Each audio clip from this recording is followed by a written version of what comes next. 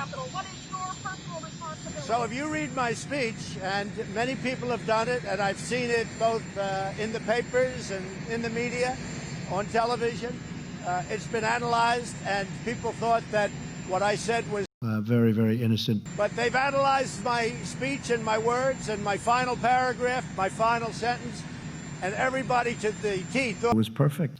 It was beautiful. It was so innocent and so nice. Pinche cabrón. He's probably really upset about something.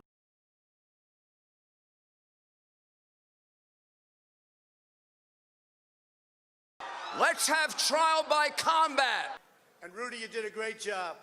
He's got guts, he fights. You have to get your people to fight. You'll never take back our country with weakness. You have to show strength. And we fight. We fight like hell. And if you don't fight like hell, you're not going to have a country anymore. Everybody to the T thought it was totally appropriate. Multiple sources tell the Washington Post Trump was busy watching the violence on TV and couldn't be reached, not even by close allies in Congress, calling him desperately in fear for their own lives. We will never give up. We will never concede. It doesn't happen. Our country has had enough. We will not take it anymore, and that's what this is all about. You have to get your people to fight. Does anybody believe that Joe had 80 million votes? Does anybody believe that? If we're wrong, we will be made fools of. There was no chance of losing. You have an opportunity today. You can be a hero, or you can be a zero. This gathering should send a message to them. This isn't their Republican Party anymore. This is Donald Trump's republic. I've been involved in a number of cults. There's so many weak Republicans. No, it's amazing. The weak Republicans, they're pathetic Republicans, and that's what happens. Well, we've been our own worst enemy. I don't like the way the game is played. These guys better fight for Trump, because if they're not, guess what? I'm gonna be in your backyard in a couple of months. The last person to do this disappeared. If we're wrong, we will be made fools of. So, let's have trial by combat. All of us here today do not want to see our election victory stolen. We will never give up. We will never concede. Everyone here will soon be marching over to the Capitol building. Make your voices heard. We're here to support, if violence happens, like it happens. I love our president, Donald Trump. He is misunderstood. They don't represent us. They need to pay the ultimate price for their crimes. Yes! An example needs to be made. Every single one. String them up. We got all day. Tonight, tomorrow. Whose house? Whose house? This is a huge victory for these protesters. They have disrupted the system in an enormous way. But the president has taken no responsibility for his part in inciting the assault on the Capitol. Violence goes against everything I believe in and everything our movement stands for. Donald Trump tweeted out 30 minutes ago, "We did a good job. We occupied a government building." But I cannot emphasize that there must be no violence, no law breaking, and no vandalism of any kind. I think we should go on that motherfucker and drag him out. Drag all those damn communist bastards inside that Capitol. Like all Americans, I am outraged by the violence, lawlessness, and mayhem. USA! USA! America is and must always be a nation of law and order. We can take that place. And then do what? Heads on pike. The demonstrators who infiltrated the Capitol have defiled the seat of American democracy.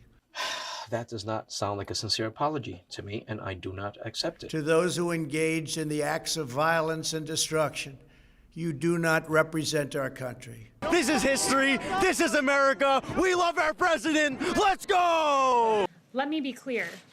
The violence we saw yesterday at our nation's capital was appalling.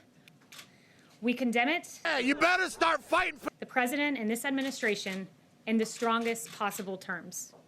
They started it. They started this. I came to peacefully protest. They maced me. You broke into Nancy Pelosi's office? What we saw yesterday was a group of violent rioters. Don't back down. Trump 2020. Don't back down. Fuck Biden. Fuck Pelosi. Those who violently besieged our Capitol are the opposite of everything this administration stands for. I love President Trump. He asked us to come out and support him, and I was glad to do that. Stop the steal! Stop the steal! The people who breached the Capitol today were not Trump supporters. They were masquerading as Trump supporters, and in fact, were members of the violent terrorist group Antifa. I'm out here because President Trump said the word wild about January the 6th being wild. It could be historical. We really don't know who is behind this. I guess you could call these, for lack of a better word, Antifa. This is the most beautiful thing I've ever seen in my life, and I wouldn't have missed it for the world. Antifa was there. I love Trump. He's my president. I'm very proud of him. Antifa infiltration. He's been the best president ever. What happened today does not represent the Trump supporters. They locked all of the congressmen and senators and Mike Pence up. We love our president. Let's go! It smells like communist. No, just tell me what it is. It smells like communist. I also want you to know that our incredible journey is only just beginning. Who is he not done with? What is left to do? What has he started that he's not finishing? It's not over. What they don't understand is it's just starting. Every political asshole up in that place is now going to have a target on their back everywhere they go. My father has started a movement, and this movement will never, ever die. Our country's worth fighting for every day until this election is over and Donald J. Trump is put back in that White House 100% indefinitely. When y'all gonna fight? God damn it! For y'all to think we didn't make it in this joint? For y'all you think you didn't make it in there? That's me with Abraham Lincoln.